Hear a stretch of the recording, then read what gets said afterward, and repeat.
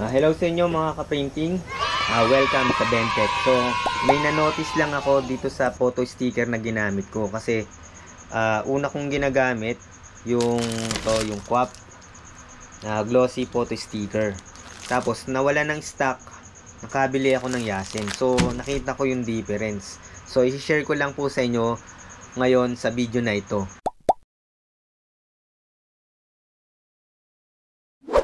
So ito mga printing, meron akong dalawang brand ng photo sticker dito. Isa itong QAP glossy photo sticker 90 GSM. Ito 90 GSM. Tsaka itong Yasen 90 GSM. Kaya ako pinipili yung 90 GSM. Mas gusto ko yung manipis pagdating sa label. So kasi pag medyo makapal tapos na nilagyan mo pa yan ng photo top o nilaminate mo pa, mas kakapal, mas tendency umangat yung gilid niya. So pag mga ganitong maliliit, mas maganda kung overlap. So ipapakita ko lang sa inyo kung ano yung na-notice ko nung nagpiprint ako tungkol to sa kulay. Dun sa print ko, medyo may napansin ako bandang magenta. Pagkukumparahin natin, so gagamitin kong printer, i-try natin sa dye tsaka sa pigment. So etong Epson L120, yan, gamitin natin tong printer ko na eto. So dye yan. So itong ipiprint pala natin, ito yung yan yung sample. So i-print natin. Paglabas niyan, i-compare natin yung kulay. So, ito yung QAP. Kuha tayo ng isa. Kala ko kasi same lang kaya napabili ako ng Yasen. Kasi walang stock. So, ito, gamit tayo ng dye. So, ipiprint na natin dito yung, yung Yasen sa dye L120.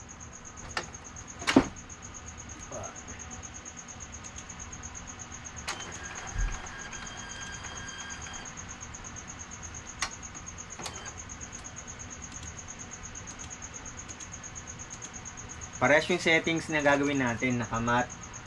Kahit glossy siya, matte ang nilagay ko. Tapos naka-high. Then naka-RGB 2.2. So hindi ko na binago yung color correction. Yan. So ipapakita ko lang naman kung ano yung na-notice ko. So ang una natin yung QAP photo sticker.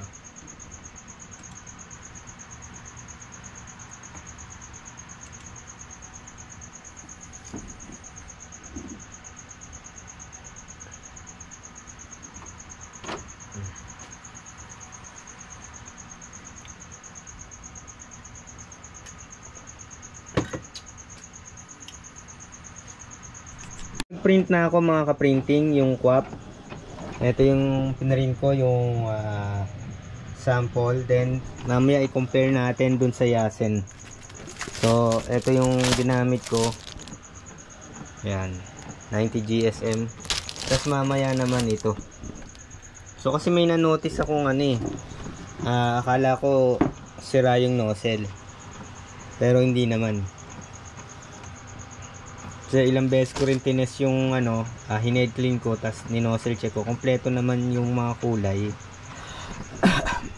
Kaya lang yung napansin ko dun sa print, parang ayun, pakita ko na lang mamaya kung ano yung nakita ko pagkatapos nitong ma-print.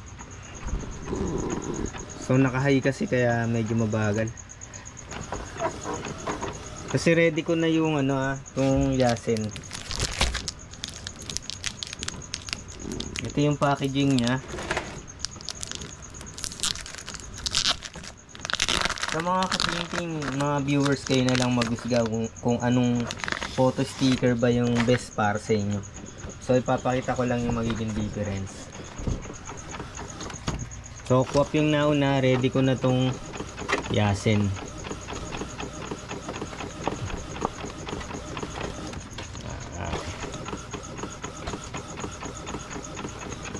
Iba pala ano dito. So pagpasensyahan nyo na yung mga wirings na yan. Kasi madalas akong magbaklas. Pagka pinix ko, nahihirapan akong mag-alis uli pagka nagkaroon ng problema. Kasi madalas akong mag-test pag mayroon akong ginagawang computer. Tapos, kung nakapix siya ng ang hirap alisin, minsan inaalis ko tong wire.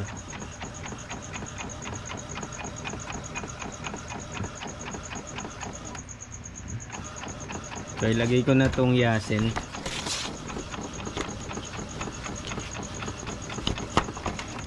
Tapos mag-print na rin ako ng isang copy. So nakaday yan ha.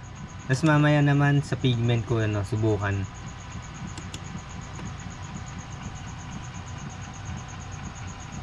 Yan.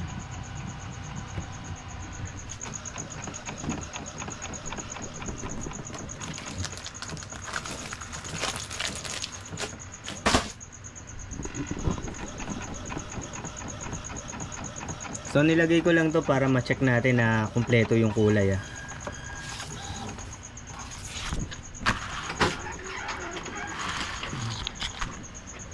So itong unang photo paper, photo sticker ay WAP. Ayan tingnan nyo yung quality, bahala na kayong maghusga . Ayan. Padaanan ko na lang, tapos kumpleto yung kulay .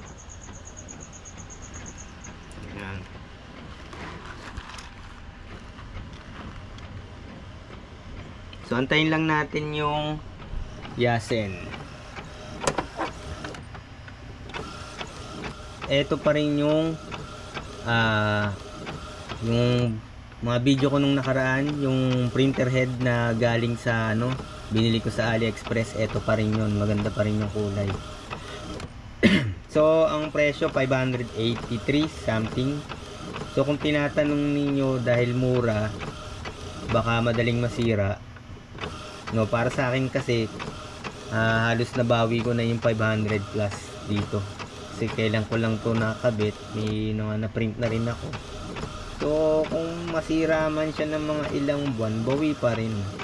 Pero kung ito, yan, subukan natin hanggang kung gaano katagal. So mag-update pa rin ako ng video tungkol dito sa printer head sa AliExpress. Kasi alam naman natin kung gaano kamahal ang printer head. So nakakaduda nga naman bakit ang mura.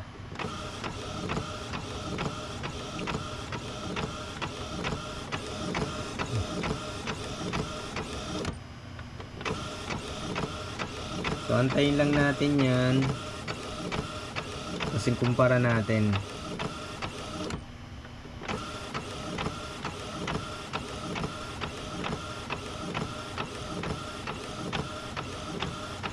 Baka sa lang yun, yung nakita ko nun baka sa pigment lang. Kasi pigment yung ginagamit ko nun. Eto dye. May na-notice lang ako na kakaiba.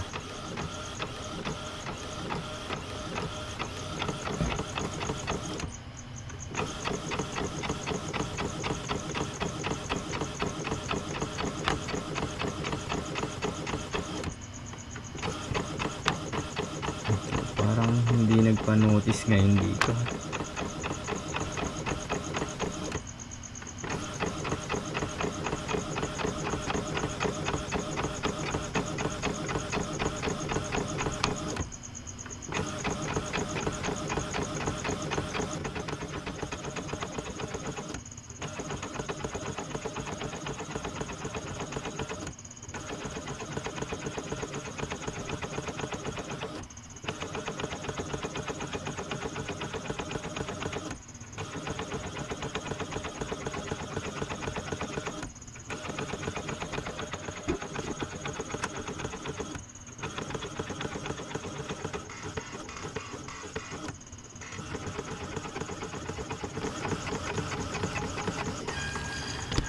So, ito yung yasin.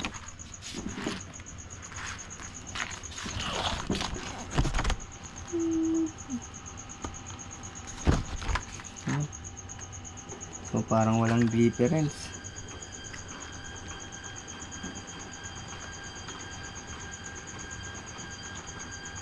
So, basta may na-notice ako dito eh.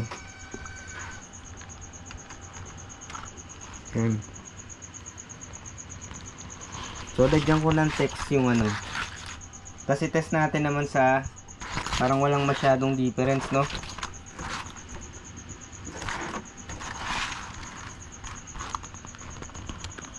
So walang masyadong difference.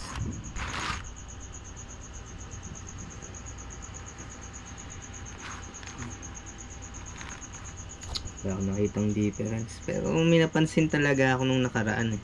So sa pigment naman tayo. So sa ano naman natin ititest?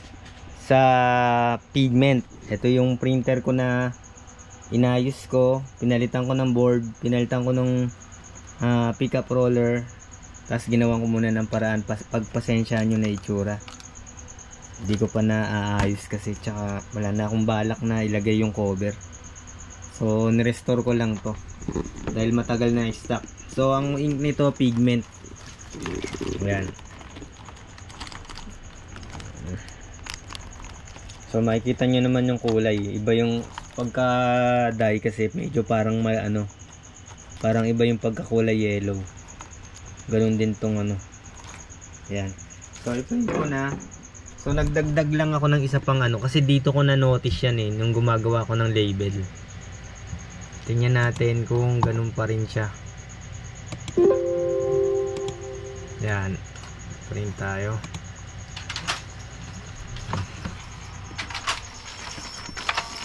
So wala palang paper. So lagyan natin ng una nating ititest ay QAP photo paper ay photo sticker. So ito yun, no? QAP photo sticker. Ay lagay ko na to dito. To sa dye parang ano, walang difference eh. Yan. Pindutin ko na lang to. Yan. Uli, pagpasensyahan nyo na itsura. Gumagana naman. Kasi mahirapan pa akong ano eh, baklasin yung printer carriage.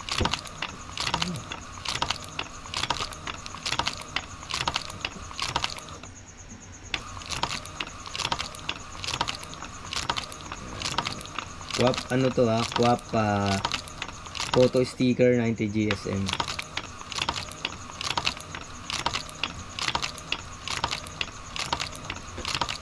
So mag-ready na ako uli ng isa pa para sa Yasin.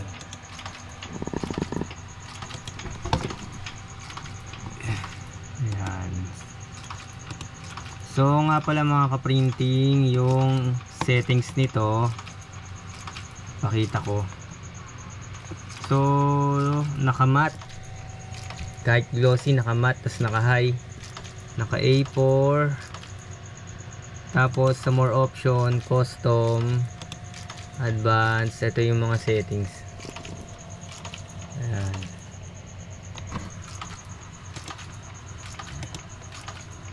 Okay, hintayin na lang natin matapos. So yung na-notice ko dito yung rito. Kanina dun sa dye hindi ko na ilagay ito.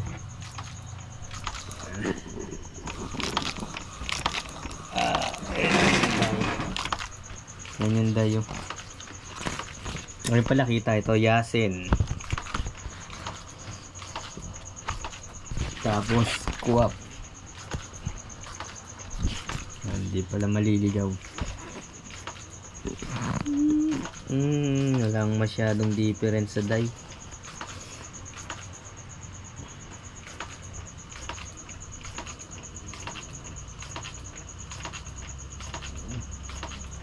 Kasi nakita ko yun sa ano, sa bandang ano, magenta.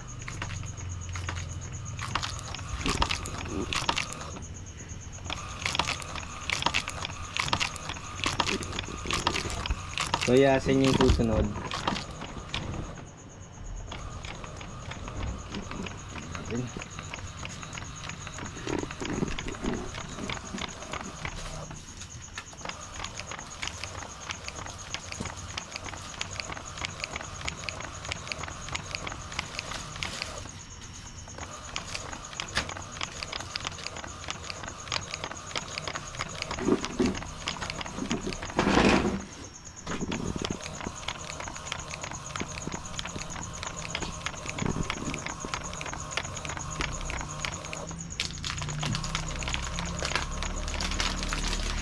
So ready ko na yung yasen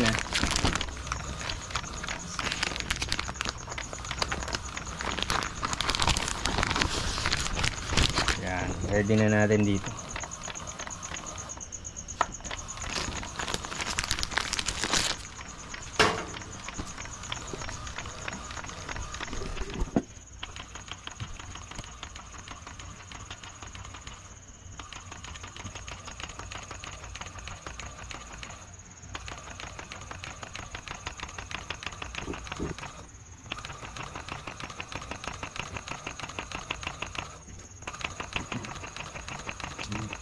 Kita ng dito na isa.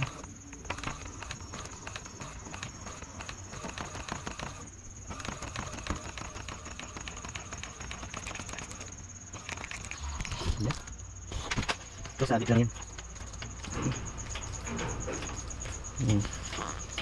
So ito Kwap, iba talaga yung kulay ng dye talagang vibrant ang dye. Yun nga lang sa kupas ang problema. Kompleto naman yung kulay.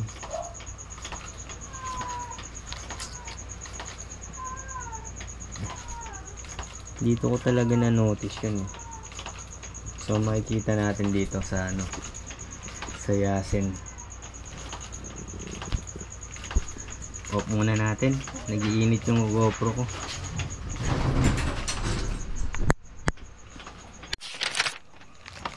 Continue pa rin yung yasen.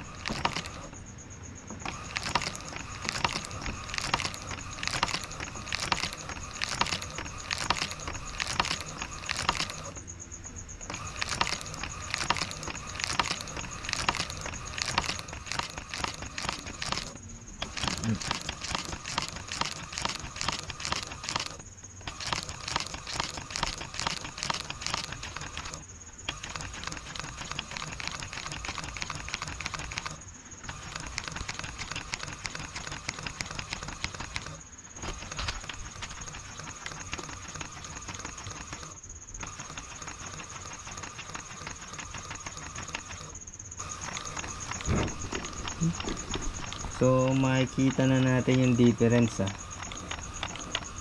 Parang nakikita ko na. Ayan.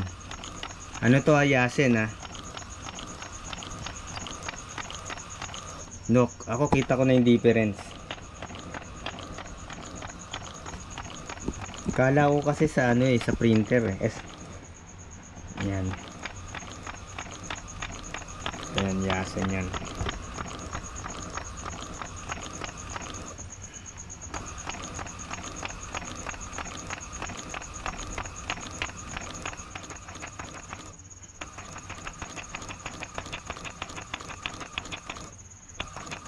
Natin natapos.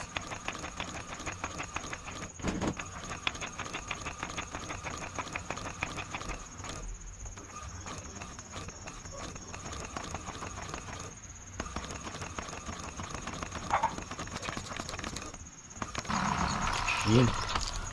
Eto, kitang-kita na yung difference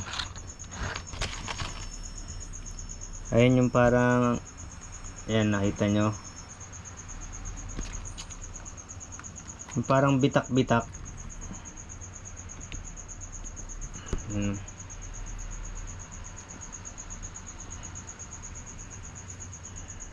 Ito yasen to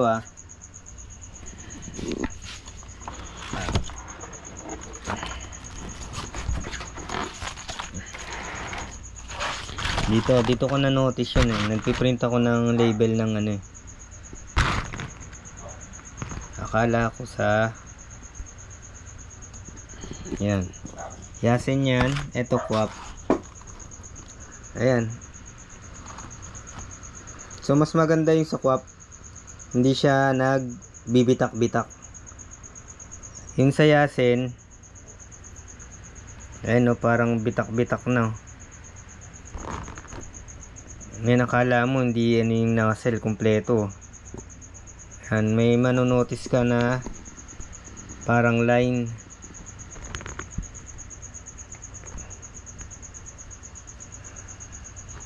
Ayan So yung parang kulay kulay yellow green kumalat dito sa pula. Ganon din sa yellow, yan oh. Dito sa quap hindi. So mas maganda yung coated nitong quap. Pero sa sa dye, walang problema sa dye. Kasi kita naman dito rin kita rin dito sa yung parang nagbitak-bitak to, ayun hindi maganda yung hood nitong ayan yung black medyo kumalat doon. So ito quap yan quap. So tingnan niyo yung bumper niya. Ito hindi masyadong buo. Ayan kalat. Hindi masyadong solid yung pagka-red. Diyan, dito sa magenta may problema sa kulay. Pero ang hindi printer ang may problema dito. Yung etong Yasen mas okay sa dye. Pag pinigment ninyo, ganyan yung kakalabasan.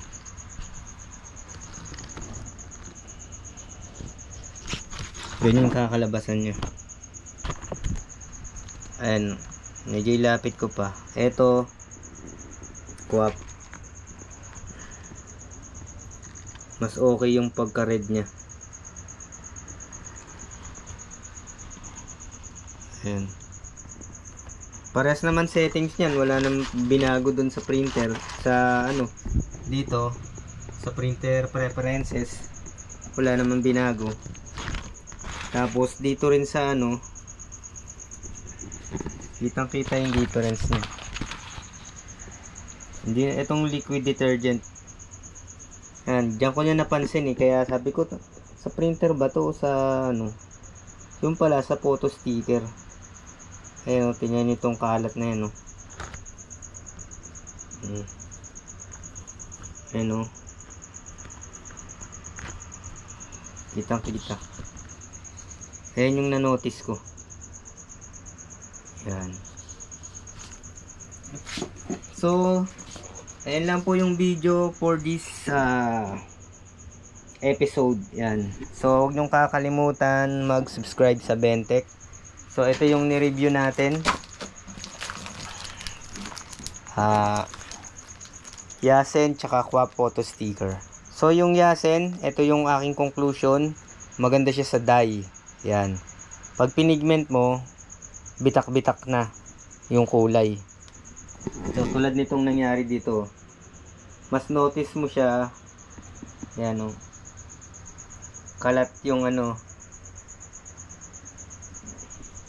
Yan. Ito yung quap. So, itong quap, pwede siya sa dye, pwede siya sa pigment. Yan. Siyempre, iba yung color settings ng iba yung color ng dye tsaka dito sa dye, yung parehas walang pagkakaiba. So yung coat ng Yasen friendly sa dye ink. While naman yung quap pwede sa pwede sa dye, pwede sa pigment. So yun lang, baka manotice nyo rin, baka akala nyo printer nyo yung may problema. So maraming salamat, hanggang sa muli.